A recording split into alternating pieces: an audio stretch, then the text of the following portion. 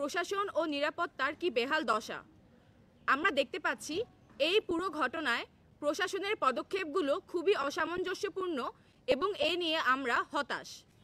যতক্ষণ পর্যন্ত এই ঘটনার সুষ্ঠু বিচার ও অপরাধীকে শনাক্ত না করা হচ্ছে, সেটা চারুকলার সাধারণ শিক্ষার্থী হিসেবে আমাদের জন্য ভীতির সঞ্চার করে।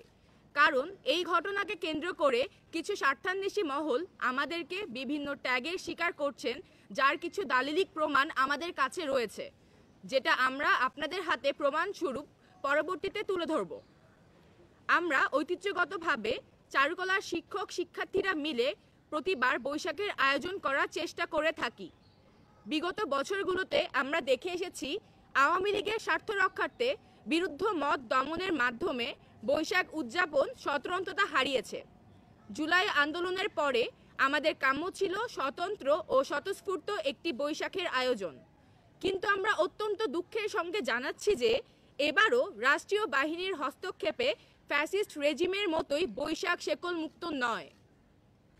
এবং আমরা যখন এই বিষয়ে বিভিন্ন অসঙ্গতি ও অন্যায়ের বিরুদ্ধে প্রতিবাদ জানানোর চেষ্টা করেছি, আমাদেরকে আওয়ামী দোসর সহ অনলাইনে অফলাইনে নানাভাবে হেনস্থা করা হয়েছে, যেটা তীব্র প্রতিবাদ জানাচ্ছি ও অগ্নিসংযোগকারী অপরাধীদের দ্রুত সময়ের মধ্যে শনাক্ত করে শাস্তির আহ্বান করছি। আমরা দেখতে পাই যে এর আগে এক সাংবাদিক সম্মেলনের মাধ্যমে ঢাকা বিশ্ববিদ্যালয় প্রশাসনের গুরুত্বপূর্ণ ব্যক্তিদের উপস্থিতিতে জানানো হয় যে মঙ্গল শোভাযাত্রার নাম পরিবর্তন করা হচ্ছে, তা এবার বর্ষবরণ আনন্দ শোভাযাত্রা নামে পালিত হবে।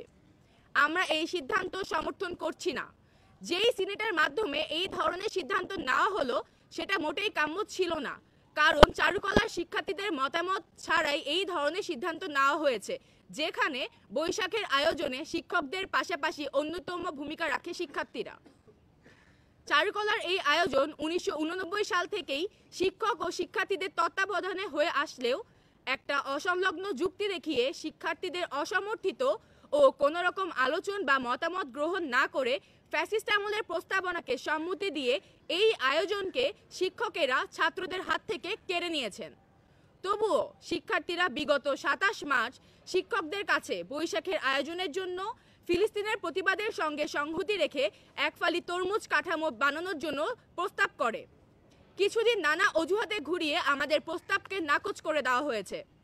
মন্ত্রণালয় ও গোয়েন্দা সংস্থার অনুমতি ছাড়া কোনো কিছু করা যাচ্ছে না বলে তারা আমাদেরকে অফিসিয়ালি জানায়।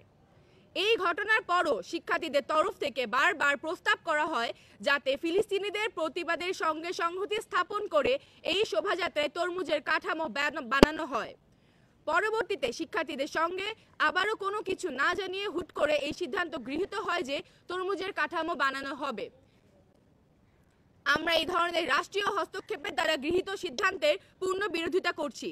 যেখানে আমরা শিক্ষার্থীরা 27 মার্চ থেকে তাদেরকে বলে আসছিলাম যে তরমুজ বানাতে আমরা চাই, সেখানে তারা এতদিন পর্যন্ত এটার সমর্থন বা এটাতে আমাদের সমর্থন না জানানোর পরিবর্তে পরবর্তীতে এসে রাষ্ট্রীয় হস্তক্ষেপের মাধ্যমে এই প্রস্তাবটাতে আবার তারা এগ্রি করে।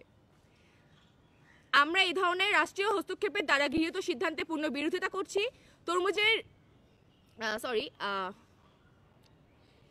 এই ধরনের কার্যকলাপ আমাদেরকে বিগত রেজিমের কথাই মনে করিয়ে দেয়, যেখানে আমরা চাইলে আমাদের শিল্পচর্চা ও এমন গুরুত্বপূর্ণ আয়োজনগুলো স্বাধীনভাবে করতে পারতাম না। রাষ্ট্রীয় হস্তক্ষেপ সেখানে মুখ্য ভূমিকা রাখত। বিগত ফ্যাসিস্ট রেজিমের চারুকলার ডিন অধ্যাপক নিসার হোসেন এই ধরনের সিদ্ধান্ত নেন যে বৈশাখ আয়োজনকে একাডেমিক কারিকুলামের অন্তর্ভুক্ত করে ক্রেডিটের ব্যবস্থা করবেন, কিন্তু সেই সময়ে চারুকলা শিক্ষার্থীদের স্বতঃস্ফূর্ত এই আয়োজনকে ক্রেডিটে অন্তর্ভুক্ত করার বিপক্ষে অবস্থায় নিলে তারা এই সিদ্ধান্ত কার্যকর করতে পারেননি।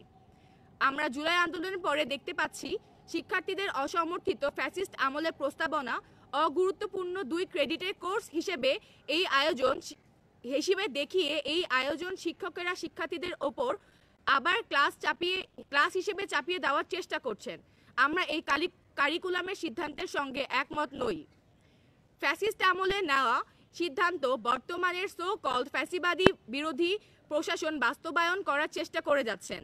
তারা বিগত 13ই মার্চ একটি বৈশাখ প্রস্তুতি সাধারণ সভার আয়োজন করেন, সেখানে তারা এই সিদ্ধান্ত সম্পর্কে শিক্ষার্থীদের অবহিত করেন। শিক্ষার্থীদের ভাষ্য মতে তারা এই সাধারণ সভায় সবার সম্মতিক্রমে ব্যাচ ভিত্তিক আয়োজন কমিটি না বানানোর সিদ্ধান্ত গ্রহণ করেন। এই জায়গায় আমরা দ্বিমত করছি, কেননা এই সকল শিক্ষার্থী বলতে মূলত প্রথম বর্ষ, যারা এই আয়োজন সম্পর্কে একেবারেই কিছু জানেন না, এবং দ্বিতীয় বর্ষ, যারা বিগত কয়েক বছর রমজান মাসের মধ্যে এই আয়োজন থাকায় পুরোপুরি স্কেলে বৈশাখ আয়োজন দেখেনি। ফলত এমন জুনিয়র ব্যাচদের বিভ্রান্ত করা সহজ। এই জুনিয়র ব্যাচের শিক্ষার্থীদের মতামত দেওয়ার মতো সঠিক জানা বোঝা হওয়ার আগেই তাদের মতামত নেওয়াটা প্রহসনমূলক। অন্যান্য সিনিয়র ব্যাচের শিক্ষার্থী এবং ধারাবাহিকতা অনুযায়ী এইবার যাদের আয়োজক ব্যাচ হওয়ার কথা, ব্যাচ 26, এর কেউ সেই মিটিংয়ে উপস্থিত ছিল না।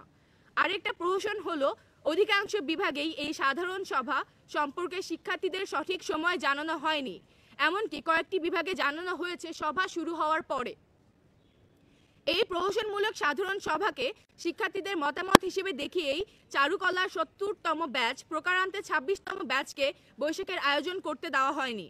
পরবর্তীতে ২৬তম ব্যাচ যখন এই প্রস্তাবে তীব্র সমালোচনা করে বিবৃতি প্রদান করে, সেই সময় ২৬তম ব্যাচের সাথে একটি মিটিং করে প্রশাসন ও বলা হয় ২৬তম ব্যাচের ১৮ জনকে উপকমিটিতে বিশেষ বিবেচনায় আয়োজক হিসেবে জায়গা দেওয়া হবে।